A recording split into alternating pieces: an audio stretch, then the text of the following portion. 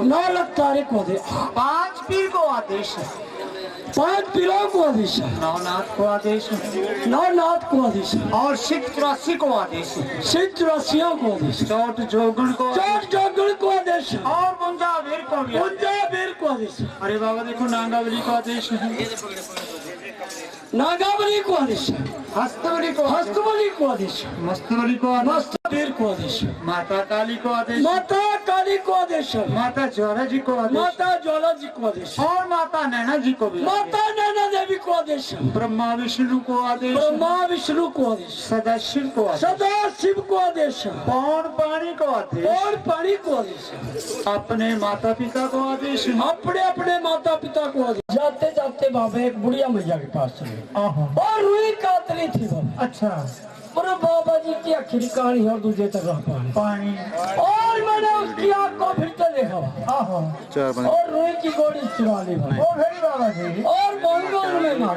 अच्छा, और हम नठे तुम डरे। ओ नहीं बाबा जी, जैसी करनी जैसी भरनी बाबा जी। अच्छा रे बाबा, आगे क्या हुआ? और जाते जाते फिर समुद्र के तले में जा निकले बाबा। अच्छा। अरे बाबा देखो बियाबान जंगल के बीच में एक बूढ़ी ब्राह्मणी बैठी है, पेट से भूखी है। अच्छा जवाब करती बावरे दे मुख दी आग चाहिए तो हम रसोई बनाएंगे, भोजन खाएंगे, नहीं तो भूखे प्यासे मर जाएंगे। अच्छा रे बाबा। ऐसी जैसी अग्नि आपने खाई ना बाबा जी, उस अग्नि को बाहर निकालो बाबा जी। तो अग्नि चाहिए बाबा, अग्नि चाहिए, निर्मल अग्नि चाहिए बाबा, आहो सुची। आहो। देखो रे बाबा 5 किलो का धुआं लगा, वहां से ले जाओ। अरे इसमें तो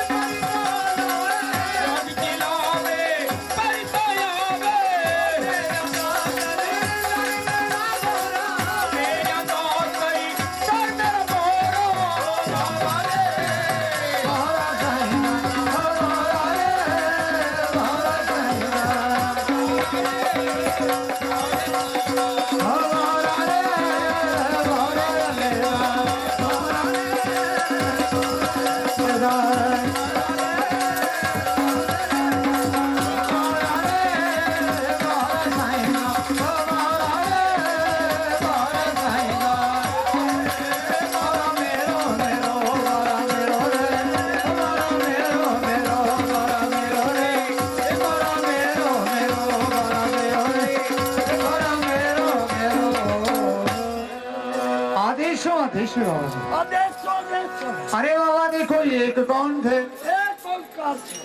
दो कौन थे, 3 त्रिलोक थे, 4 कौन थे, वेद थे बाबा, 5 कौन थे, पंडु थे बाबा, और 6 जति थे, 7 कौन थे, सप्तऋषि थे, 8 वसु थे, 9 कौन थे, नाथ थे, और 10 दशांग थे, जाने बाबा 11 कौन थे, रुद्र थे बाबा, 12 मिंड है बाबा, मिन्ने बाबा जी, 13 कौन थे, चरित्र थे बाबा जी, 14 घोर थे, 15 कौन थे, तिथि थे, 16 श्राद्ध थे बाबा, 17 कौन थे, सत्य थे, 18 पुराण थे, 19 कौन थे, उन्होंने बाबा जी तुझे विवाह था बतानी है और थे कोई बाबा। आहो अरे बाबा देखो ये कपड़ा काय के वास्ते होते हैं बाबा।